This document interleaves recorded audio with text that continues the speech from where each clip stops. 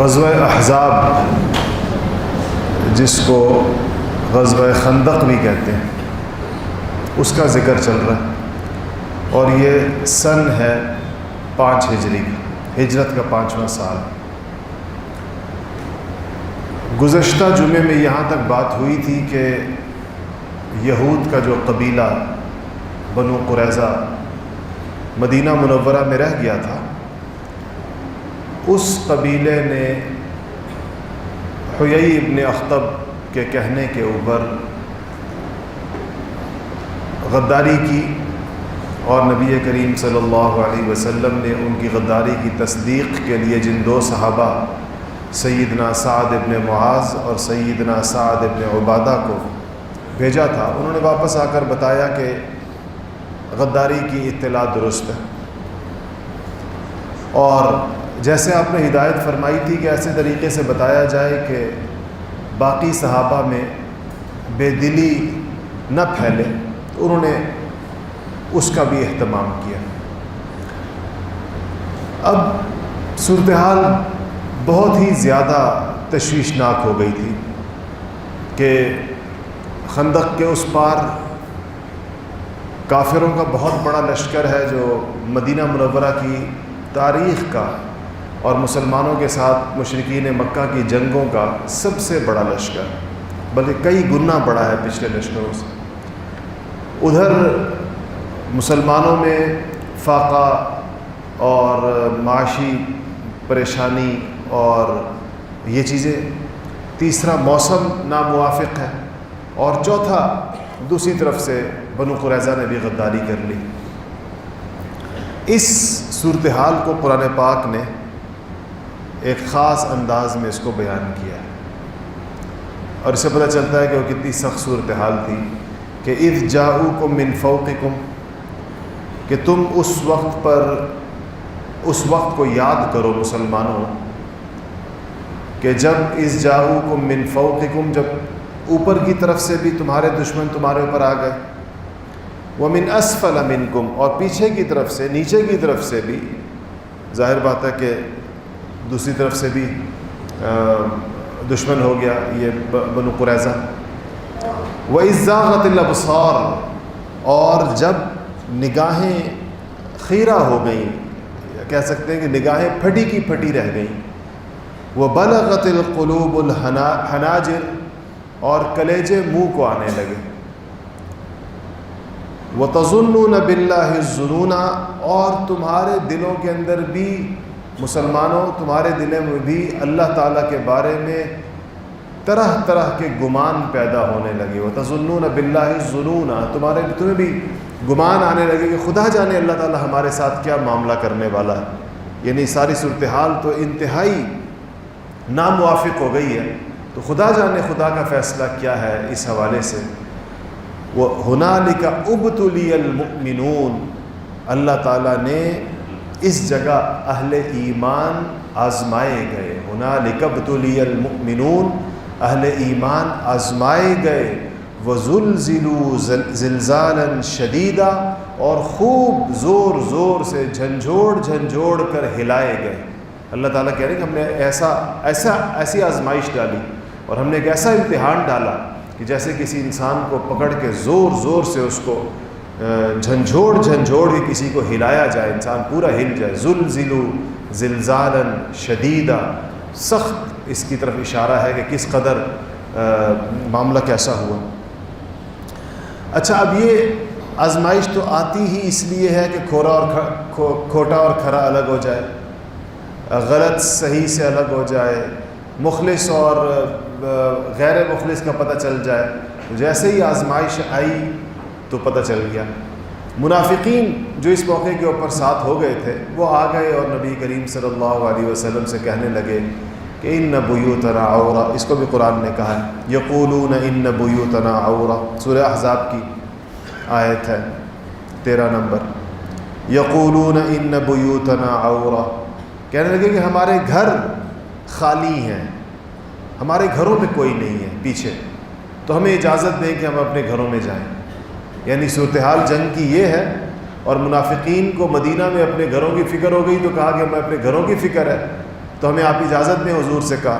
اللہ نے کیا کہا؟ وما ہی بعورا، ان کے گھر خالی نہیں ہیں. ان یریدون الا فرارا، یہ فرار چاہتے ہیں، یہ بھاگنا چاہتے ہیں جنگ سے. اس لیے اور پھر انہوں نے تو یہ اجازت مانگ کر میدان جنگ سے رخصت چاہی. مسلمانوں نے کیا کیا؟ جو اہل ایمان تھے، جو حضرات صحابہ تھے، ان کی کیا کیفیت تھی اس کو بھی قرآن نے بیان کیا ہے. وَلَمَّا رَأَى الْمُؤْمِنُونَ الْأَحْزَابَ، کہ جب دیکھا مومنوں نے، اہل ایمان نے لشکروں کو. دیکھیں احزاب جمع ہے حزب کی، اور حزب کہتے ہیں لشکر کو، یعنی چونکہ اس میں کئی لشکر اکٹھے ہو گئے تھے، کئی قبائل کے لشکر اکٹھے تھے، صرف ایک قریش نہیں تھے، اس لیے اس کو احزاب کہا گیا، لشکروں والی جنگ کہا گیا. تو اللہ پاک فرماتے ہیں کہ جب اہل ایمان نے جب کافروں کی فوجیں دیکھی، ان کے لشکر دیکھے، قالوا هذا ما وعدنا اللہ ورسولہ، تو انہوں نے کہا، بے ساختہ کہا کہ یہ وہی ہے جس کا وعدہ ہم سے اللہ اور اس کے رسول نے کیا ہے. اللہ اور اس کے رسول کا وعدہ یہی تھا. وصدق اللہ ورسولہ، اور اللہ بھی سچے ہیں اور اس کا رسول بھی سچا ہے. وما زادہم الا ایمانا وتسلیما، اور اللہ فرماتے ہیں کہ اس صورتحال میں ان کے ایمان میں اور ان کے یقین میں اور زیادتی ہو گئی، اور ان کا ایمان پختہ ہو گیا. کہ آزمائشوں کا تو کہا گیا، اور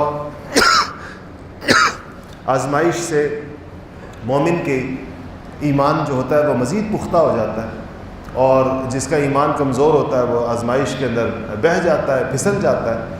تو گویا کہ مومنوں کو تو اس کا پتہ چل گیا. اللہ تعالیٰ نے ان کی تعریف بھی فرمائی کہ یہ ان لوگوں کو مزید اس سے جو ہے وہ ان کی ایمانی کیفیت اہل ایمان کی مزید آگے بڑھ گئی. اچھا، پھر یہاں ایک چیز اور ہوئی، اور وہ یہ ہوئی کہ نبی کریم صلی اللہ علیہ وسلم چونکہ رحمت للعالمین ہیں، سراپا شفقت ہیں، آپ کو یہ خیال آیا کہ اس جنگ میں انصار مدینہ وہ سفر کر رہے ہیں، مشکل کے اندر ہیں، مصیبت میں ہیں، اور اگر اس جنگ کو ٹال دیا جائے تو شاید انصار خوش ہو جائیں، کیونکہ ان کی سرزمین ہے، ان کے باغات ہیں. تو آپ نے ایک تجویز پیش کی. تجویز آپ نے یہ پیش کی کہ یہ جو بنو غطفان کے قبائل قریش کے ساتھ آئے ہیں، یہ کھجور کی پیداوار کے لالچ میں آئے ہیں. انہوں نے ان کو یہی وہ دی ہے، پیشکش کی ہے. یہود نے، خیبر کے یہود نے، حیی ابن اخطب جن کے سربراہ تھے، کہ انہوں نے کہا ہے کہ آپ لوگ آ جائیں تو ہم آپ کو اپنی کھجور کے باغات کی پیداوار میں سے آدھا دیں گے. تو اگر یہی معاہدہ ان کے ساتھ، بنو غطفان کے قبائل کے ساتھ انصار کر لیں، کیونکہ وہ پہلے معاہدے میں تو کھجور ملے گی لڑ کر اور جیت کر، یعنی پہلے وہ مسلمانوں سے لڑیں، پھر وہ جیتیں، تب جا کر وہ اس پیداوار کے مستحق ہوں گے. اگر بغیر لڑائی کے ان کے ساتھ انصار کوئی معاہدہ کر لیں گے، چلیں ہم آپ کو کھجور دیتے ہیں اور آپ لوگ واپس چلے جائیں، تو قریش تنہا رہ جائیں گے، اور قریش تنہا رہ جائیں گے تو ان کا مورائل ڈاؤن ہو جائے گا اور وہ نہیں لڑیں گے. تو انصار سے جنگ ٹل جائے گی، انصار کو شاید اس سے. تو آپ نے اس مشورے کے لیے دونوں حضرات کو بلایا جو انصار کے دو بڑے تھے، دونوں قبائل کے، اوس کے سربراہ سیدنا سعد ابن معاذ اور خزرج کے سربراہ سیدنا سعد ابن عبادہ. ان کو سعدین کہتے ہیں، دو سعد. ان دونوں کو آپ نے بلایا اور آپ نے کہا کہ یہ ایک تجویز ہے میری، اگر آپ لوگ جنگ ٹالنا چاہیں تو ایک صورت یہ ہے کہ جو ان کو جس طرح یہود نے اپنی کھجوروں کا وعدہ کیا ہے حملہ آور دیگر قبائل کے ساتھ، قریش نہیں، جو اور ان کی مدد کے لیے آئے، تو اگر آپ چاہیں تو ان کو کھجور دے دیں. تو سیدنا ان دونوں حضرات نے حضور سے پوچھا کہ یا رسول اللہ، یہ اللہ کا حکم ہے، وحی آئی ہے، آپ کا حکم ہے، یا آپ مشورہ کر رہے ہیں؟ حضور نے فرمایا کہ نہ اللہ کا حکم ہے، نہ وحی آئی ہے، نہ میری کوئی پختہ رائے ہے، میں تم لوگوں سے صرف مشورہ کر رہا ہوں. یہ صحابہ اس لیے پوچھا کرتے تھے کہ یہ کس قسم کی بات ہے، اس میں ہمیں اپنی رائے دینے کی کوئی گنجائش ہے یا نہیں ہے، کہ اگر اللہ کا حکم آ چکا ہے اس بارے میں. یا اگر وہی اللہ کے حکم کی صورت میں آتی ہے یا حضور کی رائے ہے پختہ، تو پھر تو صحابہ اس میں گفتگو نہیں کرتے تھے، وہ تو اس کو مانتے تھے، سمعنا و اطعنا۔ ہاں البتہ اگر حضور صلی اللہ علیہ وسلم یہ فرمائیں کہ یہ مشورہ ہے، تب صحابہ اس پر مشورہ دیا کرتے تھے۔ تو حضور نے فرمایا بالکل وحی نہیں ہے، نہ میری پختہ رائے، مشورہ ہے۔ تو انہوں نے کہا کہ یا رسول اللہ، جب ہم کافر تھے، بتوں کو پوجتے تھے، آپ جیسی نعمت ہمیں نہیں ملی تھی اس وقت تک، اس وقت بھی کوئی ہماری کھجور ہم سے لے کر نہیں جا سکتا تھا الا یہ کہ ہم خود اس کو بطور مہمان ہو اور ہم بطور میزبان اس کو کھلانا چاہیں، تب تو ٹھیک ہے۔ بالجبر ہم سے آج تک کوئی لے کر نہیں گیا۔ زمانہ کفر کے اندر بھی جب ہم مشرک تھے، بتوں کو پوجتے تھے، یا رسول اللہ اب تو ہم اللہ خدا وحدہ لا شریک کو پوجتے ہیں، خدا وحدہ لا شریک کی عبادت کرتے ہیں، اور آپ کے اوپر ہم ایمان لے کر آئے ہیں، یہ ہم سے اس طرح کھجور کیسے لے کے جا سکتے ہیں؟ یہ فیصلہ تو تلوار کرے گی، تلوار کے میدان میں یہ ہمیں ہرا دیں، پھر اگر یہ ہم سے لے کر جاتے ہیں تو بات ہے، برضا و رغبت تو ان کو دینے کی ہماری رائے نہیں ہے۔ نبی کریم صلی اللہ علیہ وسلم خوش ہوئے ان کی اس کیفیت کو دیکھ کر۔ آپ نے کہا بالکل ٹھیک۔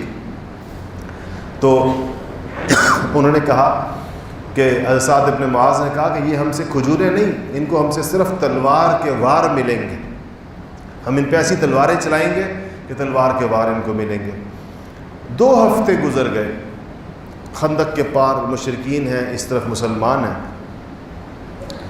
لڑائی نہیں ہو سکی، ظاہر ہے درمیان میں خندق ہے۔ کچھ لوگوں نے خندق کو پار کرنے کی کوشش کی، تیر اندازی ہوتی رہی، وہ وہاں سے تیر پھینکتے رہے، مسلمان یہاں سے تیر پھینکتے رہے۔ تو ایک شخص تھا، اس نے کہا کہ مشرکین میں سے کہ میں دیکھتا ہوں میرا گھوڑا میں نے بڑا تیار کیا اس مقصد کے لیے، تو میں خندق کو چھلانگ مار کے گھوڑے کے ذریعے پار کرتا ہوں۔ تو اس نے پیچھے سے بہت دور سے گھوڑا دوڑاتا ہوا آیا اور خندق کے پاس آ کر اس نے ایک زوردار اپنے گھوڑے کو چھلانگ لگائی کہ شاید خندق کے پار ہو جائے، تو وہ نیچے گر گیا خندق کے اندر، اس کی گردن کی ہڈی ٹوٹ گئی۔ تو جب وہ اس طرف ٹوٹ گئی تو ان مشرکین نے کہا کہ ہمیں، اب وہ مسلمان تو دوسری طرف تھے اور تیر اندازی ہو رہی تھی، وہ لاش نہیں اٹھا سکتے تھے، تو انہوں نے کہا کہ ہمیں لاش دے دیں اور ہم اس کے عوض میں آپ کو 10,000 درہم دیتے ہیں، 10,000 درہم کے عوض میں ہمیں لاش دے دیں۔ اچھا، وقت شدید قسم کی میں نے بتایا معاشی تنگی کا تھا، پھر بھی رسول اللہ صلی اللہ علیہ وسلم نے فرمایا کہ یہ لاش بھی منحوس ہے اور یہ لاش خبیث اور ناپاک ہے، اور اس لاش کے عوض میں ملا ہوا پیسہ بھی خبیث اور ناپاک ہے، تو ہم اس کے عوض کے اندر کوئی پیسہ نہیں لیں گے۔ اور ان سے کہا کہ ویسے ہی تیر مسلمانوں نے روک لیے اپنے، اور ان سے کہا کہ اپنی لاش اٹھا لو۔ اچھا، اسی جنگ کے دوران چونکہ دونوں طرف تیر اندازی ہو رہی تھی، ایک تیر سیدنا سعد ابن معاذ رضی اللہ تعالیٰ عنہ کی گردن پر آ کر لگا، بالکل شہرک کے پاس، یوں کر کے یوں نکل گئے، زخمی ہو گئے۔ حضور اکرم صلی اللہ علیہ وسلم کو ان سے بہت تعلق تھا، اور انہوں نے بھی بڑی وفاداری اور جان نثاری دکھائی تھی۔ اپنے زخم کو دیکھ کر انہوں نے اللہ تعالیٰ سے 2 دعائیں کی۔ ایک دعا انہوں نے یہ کی کہ یا اللہ،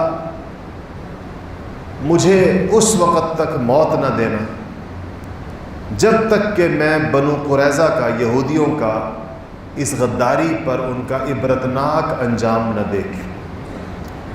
بنو قریظہ نے حضور اکرم صلی اللہ علیہ وسلم کو شدید تکلیف پہنچائی اس وقت غداری کر کے، ان کا عبرتناک انجام مجھے ضرور دکھانا، اس سے پہلے مجھے موت نہ دے۔ اور دوسری دعا یہ کی کہ یا اللہ، اگر یہ قریش کا آخری حملہ ہے، اس کے بعد قریش نے حملہ نہیں کرنا، تب مجھے بنو قریظہ کا انجام دکھا کر اس زخم سے شہادت کی موت عطا فرما۔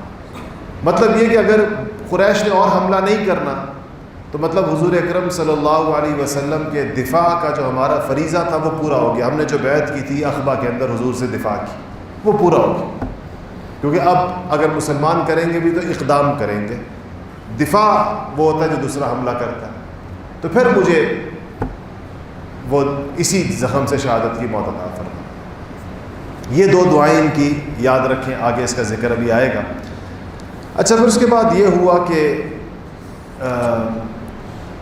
یہ لوگ، وہ طویل ہو گیا، کیا کہتے ہیں، لڑائی، اس کے اندر کوئی وہ نہ ہوا۔ نبی کریم صلی اللہ علیہ وسلم نے ایک صحابی کو بھیجا کہ جاؤ اور اپنا پتہ نہ چلنے دینا اپنا، اور ان میں دیکھو کہ ان کا کیا ارادہ ہے۔ وہ کہتے ہیں میں وہاں پہنچا اور تو ابو سفیان نے سب کو اکٹھا کیا اور ان سے کہا کہ اتنا وقت طویل ہو گیا اور سردی بھی ہے، اور جو لشکری ہیں وہ سارے بددل ہو رہے ہیں سارے کے سارے۔ اس نے ایسا ماحول بنانا چاہا کہ اب واپسی کی کوئی صورت اختیار کی جائے۔ اسی اثناء میں اللہ تعالیٰ کی طرف سے ایک زوردار قسم کی ہوا بھیجی گئی، اور وہ ہوا ایسی تھی کہ ان کے سارے خیمے اڑا کے لے گئی، ان کی ہانڈیاں، ان کے برتن، ان کے جانور تتر بتر، گھوڑے اونٹ اپنے کھونٹوں سے کھل گئے، کوئی ادھر بھاگ رہا ہے، کوئی ادھر بھاگ رہا ہے، ایک افراتفری مچ گئی۔ اس افراتفری کے اندر ابو سفیان نے بس فیصلہ کیا رضی اللہ تعالیٰ عنہ، اس وقت تک تو مسلمان نہیں ہوئے تھے، بعد میں ہوئے، تو انہوں نے کہا کہ بس اب واپس۔ تو اللہ جل شانہ نے بغیر کسی لڑائی کے اتنے بڑے لشکر کو ایک ہوا کی وجہ سے ان کو واپس کر دیا۔ وہ لوگ واپس ہو گئے، اور اس کے بعد مسلمان جو ہیں وہ اس لمبے محاصرے کے بعد واپس مدینہ منورہ پہنچے۔ اچھا، اس میں ایک چیز اور بھی وہ جو میں نے بیچ میں بتائی کہ جب یہ واپس آئے مسلمان، خندق کی جنگ ختم ہو گئی، صبح کے وقت مسلمان اس جگہ سے جہاں پر خندق تھی وہاں سے مدینہ اپنے گھروں کو پہنچے، تو نبی کریم صلی اللہ علیہ وسلم نے اپنے ہتھیار اتار کے رکھے۔ اسی اثناء میں جبرائیل امین تشریف لے آئے، اور انہوں نے حضور اکرم صلی اللہ علیہ وسلم سے کہا کہ آپ نے ہتھیار اتار دیے، فرشتوں نے تو نہیں اتارے، اور پھر کہا کہ اللہ تعالیٰ کا یہ حکم ہے، اللہ تعالیٰ یہ چاہتے ہیں کہ اب آپ ابھی آج ہی اسی دن آئے ہیں خندق سے واپس، آج ہی آپ کوچ فرمائیں بنو قریظہ کی طرف، یہودیوں کی طرف جنہوں نے غداری کی، اور اللہ تعالیٰ ان کو آپ کے ہاتھوں سے ان کی غداری کی کڑی سزا دینا چاہتے ہیں۔ تو آپ صلی اللہ علیہ وسلم نے یہ حکم سنتے ہی اپنے ہتھیار اٹھا لیے اور صحابہ سے کہا کہ عصر کی نماز سے پہلے بنو قریظہ پہنچو، دن کے اندر، کیونکہ اللہ چاہتے ہیں کہ آج ہی ہے۔ تو صحابہ کو حکم ملا کہ بنو قریظہ پہنچو۔ بنو قریظہ پہنچے، اور تو یہودی اپنی عادت کے مطابق قلعہ بند ہو گئے، تو جب قلعہ بند ہو گئے تو مسلمانوں نے ان کا محاصرہ کر لیا، اور محاصرہ ہوا، اور یہ محاصرہ اتنا لمبا ہو گیا کہ یہود کے اعصاب جواب دے گئے، کئی دن یہ چلتا رہا۔ تو اس کے بعد ان کی طرف سے ہتھیار ڈالنے کی بات آئی۔ مدینہ میں یہ تھا کہ اس سے پہلے جو قبیلہ تھا بنو نذیر، وہ خزرج کے حلیف تھے، ان کے ساتھ معاہدے کے اندر تھے۔ تو جب ان پر مسلمانوں نے ان کی بدعہدی کی وجہ سے حملہ کیا تھا، تو خزرج نے ان کی سفارش کی تھی کہ ان کو قتل نہ کیا جائے، اس کی بجائے ان کو جلا وطن کر دیا جائے۔ آپ صلی اللہ علیہ وسلم نے خزرج کی سفارش مان لی تھی اور ان کو جلا وطن کر دیا گیا تھا۔ اب بنو قریظہ جو تھے یہ اوس کے حلیف تھے، دوسرے قبیلے کے انصار کے، سعد ابن معاذ کا قبیلہ بھی اوس ہی ہے۔ ان کی خواہش یہ تھی کہ جیسے خزرج نے اپنے حلیف بنو نذیر کے لیے ایک ریلیف لیا حضور اکرم صلی اللہ علیہ وسلم سے، ایسے ہی اب ہمیں بھی اوس والے ہمیں بھی ریلیف دے دیں کہ ہمیں جلا وطن کر دیا جائے لیکن ہمیں قتل نہ کیا جائے۔ اس پر انہوں نے اپنا معاملہ سامنے رکھا۔ اوس کے کچھ لوگ آپ بھی گئے سفارش کے لیے ان کی، آپ نے فرمایا کہ اگر اس بات کا فیصلہ اوس کے سردار سعد ابن معاذ رضی اللہ تعالیٰ عنہ سے کرا لیا جائے تو کیسے؟ اوس والوں سے کہا، اوس نے کہا جی اس سے اچھی بات کیا ہو، سعد ابن معاذ سے اس کا فیصلہ کرا لیں۔ سعد ابن معاذ چونکہ خندق کے اندر زخمی ہو گئے تھے، آپ صلی اللہ علیہ وسلم نے ان کے لیے خیمہ لگوایا تھا مسجد نبوی کے اندر، اور وہیں ان کو رکھا ہوا تھا بجائے اپنے گھر، ان کے گھر کے اندر، کیونکہ آپ ان کو صبح و شام یعنی ویسے تو وہاں آخری وقت میں وہ آ گئے تھے، چند ہی دن رہے تھے وہاں، لیکن آپ ان کو پوچھا کرتے تھے، ان کی تیمارداری بہت، آپ کو ان سے تعلق تھا. تو آپ نے کسی کو بھیجا کہ جاؤ سعد ابن معاذ کو لے آؤ. وہ گئے اور سعد ابن معاذ کو ایک خچر کے اوپر بٹھا کر لا رہے تھے. آپ ادھر ہی بنو قریظہ کے محاصرے کی جو جگہ تھی، آپ وہیں پر تھے سارے صحابہ کے ساتھ. سعد کو مدینہ سے لایا گیا. جب سعد کو آپ نے دیکھا کہ اب وہ قریب آ گئے، نظر آنے لگ گئے آپ کو، تو آپ نے صحابہ سے کہا کہ قوموا لسیدکم، کھڑے ہو جاؤ اپنے سردار کے لیے. سعد آ رہے ہیں. ان کے لیے باقاعدہ احتراماً صحابہ کو کہا، اور سردار کے الفاظ کے ساتھ، قوموا الی سیدکم، اپنے سردار کے لیے کھڑے ہو جاؤ. تو آپ آزاد آ گئے. جب وہ وہاں پہنچے تو حضور اکرم صلی اللہ علیہ وسلم نے ان کو بتائی ساری بات. وہ تو غزوہ میں شریک نہیں تھے، زخمی تھے. آپ نے کہا کہ یہ لوگ طویل محاصرے کے بعد ہاتھ آ گئے بنو قریظہ والے، اور ان کا کہنا یہ ہے کہ ہمارے ساتھ وہی معاملہ کیا جائے جو بنو نذیر کے ساتھ ہوا تھا. لیکن بنو نذیر کی غداری کی نوعیت یہ نہیں تھی جو انہوں نے کی تھی، ظاہر بات. تو میں نے یہ فیصلہ تمہارے اوپر چھوڑتا ہوں صاحب، تم بتاؤ بنو قریظہ کے ساتھ کیا کرنا ہے. سعد نے پوچھا کہ یا رسول اللہ، مشورہ ہے جس میں آپ جو تبدیلی کرنا چاہیں گے، یا حتمی فیصلہ مجھے کرنا ہے؟ یہ ارشاد فرما دیں. آپ نے فرمایا کہ مشورہ نہیں ہے، حتمی فیصلہ تمہارا، جو تم کہو گے وہی ان کے ساتھ ہوگا. تو سعد نے کہا کہ میرا فیصلہ یہ ہے یا رسول اللہ کہ ان کے تمام مردوں کو قتل کر دیا جائے، اور ان کی تمام عورتوں اور بچوں کو لونڈی اور غلام بنا کر بیچ دیا جائے.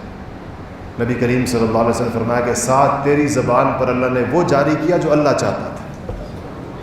یہی اللہ تعالیٰ ان کے ساتھ چاہتا تھا، اور یہ ان کی اس غداری کی کڑی سزا تھی جو انہوں نے نبی کریم صلی اللہ علیہ وسلم کے ساتھ اس موقع کے اوپر کی.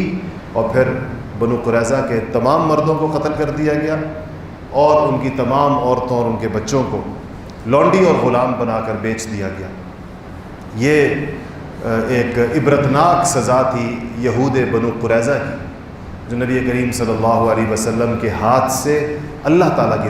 دیکھیں ایک بات میری یاد رکھیں، ایک وہ سزائیں ہوتی ہیں جو اللہ تعالیٰ براہ راست دیتا ہے، جیسے قوم نوح پر آئی، قوم لوط پر آئی، قوم ہود پر آئی. یہ اس وقت اللہ تعالیٰ براہ راست سزا دیتا ہے کہ جب نبی اور اس کے ماننے والوں کی تعداد بہت تھوڑی ہوتی ہے. جیسے کہ نوح علیہ السلام کے ساتھ کتنے بندے تھے؟ 80-85 بندے تھے. اب 80-85 بندے تو ہزاروں لاکھوں لوگوں کو سزا نہیں دے سکتے. وہاں اللہ تعالیٰ خود آسمانی اور زمینی آفتیں بھیج کر سزا دیتا ہے. جب اللہ تعالیٰ نبی کی جماعت کو طاقتور کر دیتا ہے، پھر نبی کی جماعت کے ذریعے سے اللہ تعالیٰ سزا عطا فرماتا ہے. ہر دور کے اندر جب بھی امت اتنی تعداد میں ہوگی کہ وہ کافروں کے ساتھ کسی درجے کے اندر مقابلے کی ہو، تو اس وقت آسمان سے عذاب نہیں آتے، بلکہ اللہ تعالیٰ مسلمانوں کے ذریعے سے عذاب دیتا ہے. اور مسلمانوں کو بھی اللہ تعالیٰ جب سزا دیتا ہے تو کافروں کے ذریعے سے دیتا ہے. اس وقت بھی آپ دیکھیں، اگر سزا ہوگی مسلمانوں کو تو کافروں کے ذریعے سے ہوگی، اور اگر کافروں کو سزا ہوگی تو مسلمانوں کے ذریعے سے ہوگی، کہ مسلمانوں کو اللہ تعالیٰ ان کے اوپر مسلط کر دیں گے، یا پھر کافروں کو اللہ تعالیٰ مسلمانوں کو مسلط کر دیں گے. یہ اللہ جل شاہ کی سنت ہے. بنو قریظہ کی طرف نبی کریم صلی اللہ علیہ وسلم کو جبرائیل امین نے خود آ کر اللہ کا حکم پہنچایا کہ آپ جائیں اور ان کو ان کی غداری کی عبرتناک سزا دیں. تو وہ سزا انبیاء علیہ السلام، سعد ابن معاذ کو تو نہیں پتا تھا کہ اللہ تعالیٰ کیا چاہتے ہیں، لیکن اللہ تعالیٰ اپنے خاص لوگوں کے دل کے اوپر عین اس بات کو نازل فرماتے ہیں جو خود اللہ تعالیٰ کی مرضی اور منشا ہوتی ہے. جیسے کہ سیدنا عمر فاروق رضی اللہ تعالیٰ عنہ مختلف اور بے شمار مواقع میں عمر فاروق رضی اللہ تعالیٰ عنہ کی زبان پر اللہ پاک نے عین وہ بات جاری فرمائی جو اللہ تعالیٰ کی منشا تھی. نبی کریم صلی اللہ علیہ وسلم نے ہمیشہ اس کی تائید فرمائی اور تحسین فرمائی کہ اچھا اس میں ایک چیز اور تھی، وہ بھی آپ سن لیجئے. وہ یہ ہوا کہ ایک صحابی جن کا نام حضرت ابو لبابہ ہے، ان کے قریبی تعلقات تھے، چونکہ یہ بھی اوس کے تھے تو ان کے قریبی تعلقات تھے بنو قریظہ سے. تو جب یہ بنو قریظہ نے ہتھیار نہیں ڈالے تھے، انہوں نے فرمائش کی محاصرے کے دوران بنو قریظہ نے کہ ابو لبابہ کو بھیج دیں، ہم ان سے کوئی مشورہ کرنا چاہتے ہیں۔ حضور نے ابو لبابہ سے فرمایا کہ آپ چلے جائیں۔ ابو لبابہ کے رضی اللہ تعالیٰ عنہ کہتے ہیں میں اندر گیا تو ان کی عورتوں اور بچوں، میرا تو ان کے ساتھ جسے کہتے ہیں فیملی ٹرمز تھے، تو ان کی عورتوں اور بچوں نے مجھے دیکھ کر رونا شروع کر دیا اور کہ بس جی ہمارا تو بہت شاید برا انجام ہوگا۔ تو مجھ سے انہوں نے پوچھا کہ اگر ہم نے ہتھیار ڈال دیے تو نبی کریم صلی اللہ علیہ وسلم ہمارے ساتھ کیا معاملہ کریں گے؟ تو حضرت ابو لبابہ کہتے ہیں کہ میں بے اختیار، مجھے حضور صلی اللہ علیہ وسلم کی بات نہیں بتانی چاہیے تھی، لیکن شاید ان کو اندازہ تھا ابو لبابہ کو، حالانکہ وہ فیصلہ تو سعد ابن معاذ نے کرنا تھا، لیکن ابو لبابہ کہتے ہیں میں نے اشارہ یوں ہاتھ سے کیا، میں نے کہا تمہیں ذبح کریں گے۔ کہتے ہیں جیسے ہی میں نے کہہ تو دیا اشارے سے، گردن پر ہاتھ پھیر کے کہ تمہیں ذبح کریں گے اگر تم لوگ ہاتھ آ گئے، پھر مجھے خیال آیا کہ میں نے شاید اللہ کے رسول کے ساتھ خیانت کر دی، کہ میں نے حضور کا منصوبہ یا حضور کا پلان جو ہے وہ ان کے ساتھ شیئر کر دیا، میں نے ان کو بتا دیا۔ تو باہر آئے اور آ کر کہا کہ میں نے بہت بڑا جرم کیا، تو جا کر اپنے آپ کو مسجد نبوی کے اندر ایک ستون کے ساتھ باندھ دیا اور کہا کہ میں اس سے بندہ رہوں گا جب تک رسول اللہ صلی اللہ علیہ وسلم مجھے معاف کر کے اس سے خود اپنے دست مبارک سے آ کر نہ کھولیں۔ نبی کریم صلی اللہ علیہ وسلم نے کہا، جب یہ بات پتہ چلی تو آپ نے کہا کہ اگر وہ مسجد نبوی جانے کی بجائے سیدھا میرے پاس آ جاتا ابو لبابہ تو میں اس کے لیے استغفار کرتا اور معاملہ ختم ہو جاتا۔ اب چونکہ اس نے جا کر معاملہ مسجد نبوی کے ستون سے اپنے آپ کو باندھ دیا، اب جب تک آسمانوں سے ابو لبابہ کی معافی نازل نہیں ہوتی میں نہیں کھولوں گا۔ تو پھر بنو قریظہ کا سارا معاملہ ہوا اور اس کے بعد جا کر حضرت ابو لبابہ کی معافی آئی اور ان کو، تو یہ وہی ستون ہے آج بھی جو آپ نے دیکھا ہوگا ریاض الجنہ کے اندر ایک ستون ہے جس کے اوپر لکھا ہوا ہے استوانہ ابی لبابہ، یہ وہی ستون ہے جس سے حضرت ابو لبابہ نے اپنے آپ کو باندھا تھا، اور اللہ پاک نے انہوں نے تو کوئی خیانت کی نیت نہیں تھی، کوئی بدعہدی کی نیت نہیں تھی، وہ تو ان کی زبان سے ان عورتوں بچوں کو روتا ہوا دیکھ کر ایک بات ان کی زبان سے نکل گئی تھی، لیکن انہوں نے اپنے آپ کو خود اس کی بہت بڑی سزا دی، اور لیکن اس پر یہ ہوا کہ نبی کریم ان کی معافی کو، جو معافیاں آسمان سے اترتی ہیں اللہ تعالیٰ وہ بہت اس کی بڑی حیثیت ہوتی ہے، آج بھی اس استوانہ کو استوانہ توبہ بھی کہتے ہیں اور استوانہ ابو لبابہ بھی کہتے ہیں۔ اس کے بعد جب بنو قریظہ کو سزا دے دی گئی اور ان کے سارے مرد قتل کر دیے گئے تو حضرت ابو لبابہ کو نے پھر سے اپنی اس دعا کا اعادہ کیا کہ یا اللہ، بنو قریظہ کی عبرتناک سزا تو انہوں نے دیکھ لی، پہلی دعا میں نے آپ سے کہا تھا نا ابھی تھوڑی دیر پہلے انہوں نے 2 دعائیں کی تھی کہ اللہ مجھے موت نہ دینا جب تک بنو قریظہ کی عبرتناک سزا میں دیکھ نہ لوں، نہ صرف انہوں نے دیکھی بلکہ اس سزا کی اناؤنسمنٹ بھی انہی کے زبان مبارک سے ہوئی، انہوں نے ہی، حضور صلی اللہ علیہ وسلم نے فیصلہ ان کو عطا کیا۔ دوسرا انہوں نے یہ کہا تھا کہ اگر قریش نے مزید کوئی حملہ نہیں کرنا تو یا اللہ مجھے اس زخم سے جو خندق میں آیا ہے مجھے اس سے شہادت کی موت نصیب فرما۔ جب قریش واپس چلے گئے مکہ کی طرف تو آپ صلی اللہ علیہ وسلم نے فرمایا کہ یہ قریش کا آخری حملہ تھا، اس کے بعد قریش حملہ نہیں کریں گے، اب ہم حملہ کریں گے، اب ہمارا اس سے ان لوگوں کی، اور یہ بخاری کی روایت ہے، کیا الفاظ ہیں بخاری شریف کے کہ نبی کریم صلی اللہ علیہ وسلم نے فرمایا کہ الآن نغزوہم ولا یغزوننا نحن نسیر الیہم، اب یہ ہم ان کے اوپر حملہ کریں گے، یہ اب ہم پر حملہ نہیں کریں گے، اب ہم ان کی طرف جائیں گے۔ اس سے ان لوگوں کی، بخاری شریف کی جو روایت ہے غزوہ خندق کے باب میں، اس سے ان لوگوں کے نظریات کی تردید ہوتی ہے جو یہ کہتے ہیں کہ اسلام کے اندر صرف دفاعی جہاد ہے، اقدامی جہاد نہیں، یعنی صرف اسلام میں اپنا دفاع تو کر سکتے ہیں، حملہ نہیں کر سکتے۔ بعض متجددین جن کے دل و دماغ کے اوپر جدت پسندی کا شوق ہوتا ہے ان کا یہ کہنا ہے، تو یہ تو بالکل واضح حضور کی روایت ہے کہ اب اگلا حملہ ہم کریں گے، اور فتح مکہ سے ہی مراد ہے، اس کے بعد فتح مکہ ہی ہوا تھا۔ تو آگے چل کر اس کے بعد یہ ہوا کہ جب حضرت ابو لبابہ نے یہ دعا کی تو ان کی وہ جو زخم تھا جو 7-8-10 دنوں کے اندر بند ہو گیا تھا، اس کا خون بہنا، وہ اچانک زخم کھل گیا ان کا، اور ان کا خون بہا، اور حضرت سعد ابن معاذ کی شہادت ہو گئی اس کے۔ ان کی جب شہادت ہو گئی تو نبی کریم صلی اللہ علیہ وسلم نے ایک ایسا ارشاد فرمایا، 2 باتیں ارشاد فرمائی۔ آپ نے کہا کہ سعد کی موت سے اللہ تعالیٰ کا عرش ہل گیا، اور دوسرا ارشاد فرمایا کہ آسمان کے تمام دروازے آج سعد کی روح کی استقبال میں کھول دیے گئے، اور اللہ تعالیٰ کے فرشتے آج آسمانوں پر سعد کی روح کے استقبال کے اندر خوشیاں منا رہے ہیں۔